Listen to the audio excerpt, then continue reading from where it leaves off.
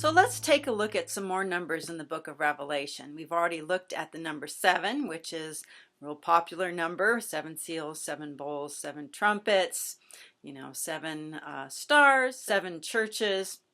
Very popular number representing fullness, completeness, and particularly divine perfection, anything that's associated with God.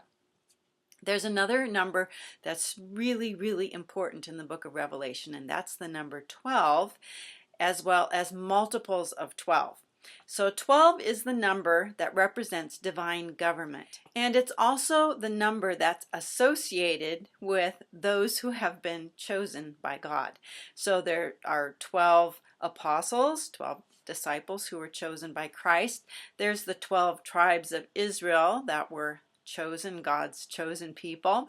The number 12 has to do with divinely ordained government and people who are chosen. So when we look at the book of Revelation, we see the number 12 quite often. So one of the places we see it is in the crown of 12 stars that's on the woman. And this sort of harkens back to Joseph's dream in the Old Testament when he saw the sun, moon, and stars, and they were all bowing down to him. The stars represented his 11 brothers, and the sun and the moon were his mom and dad. 12 is associated with Israel, and when you get to chapter 7, you see that there are 12,000 people picked from each of the 12 tribes of Israel. So that's 144,000.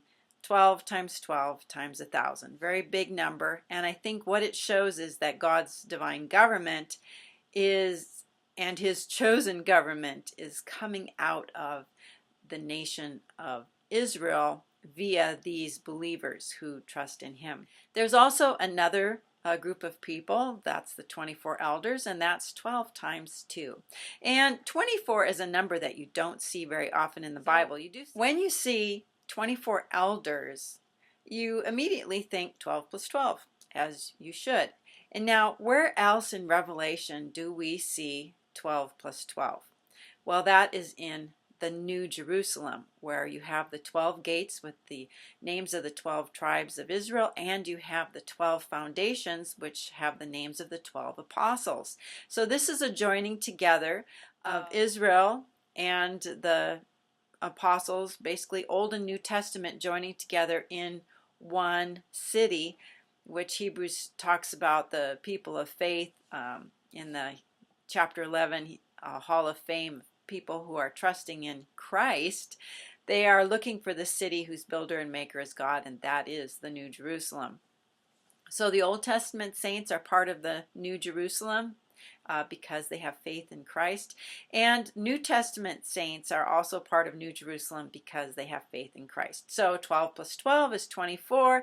24 elders represent both Old and New Testament people of faith who are chosen by God. 12 is the number that's also associated specifically with the New Jerusalem and the bride. So New Jerusalem is associated with the bride. She comes down out of heaven. She's beautiful. She's jeweled.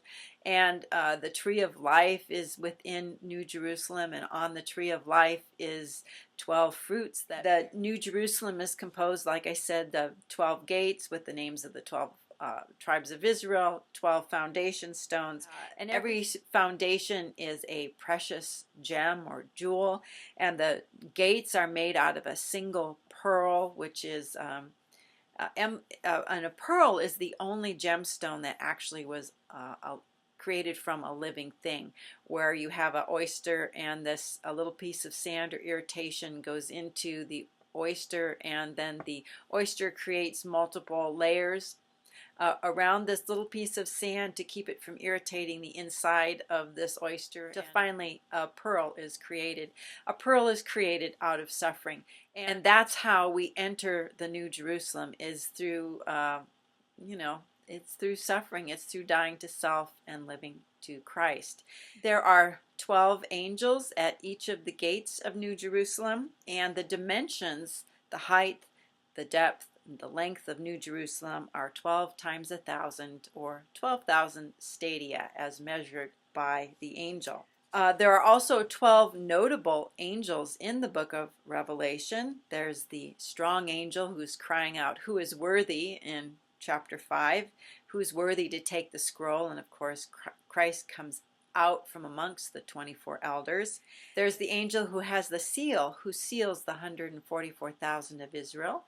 The angel with the censer in chapter 8, who takes fire from the altar and casts it upon the earth before the trumpets are blown. There's the archangel Michael, who fights against Satan and his minions in the heavenly battle. There's the angel with the sickle, who is going to reap the vintage and throw it into the winepress of God's fury. There's one angel who calls for Christ to reap. So one like a son of man is seated on a cloud, and an angel calls to him, "Reap, for the harvest is ripe." There is an angel of fire, an angel of water, an angel with the key to the abyss. So when Satan is cast into the abyss, this angel binds him with a great chain and locks the abyss. There is a resplendent angel who shows up and basically is like, "Yay, Babylon has fallen." He's all excited about that. And then there's an angel with a millstone saying, "So shall Babylon be cast down."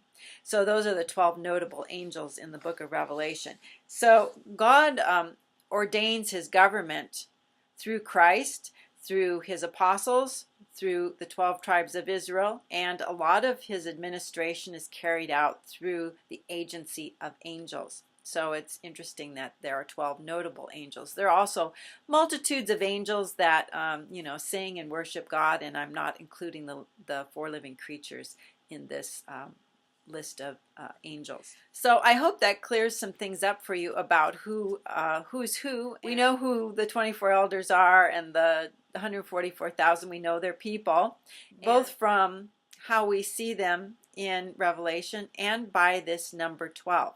It's God's people who will rule and reign with Christ in the millennium.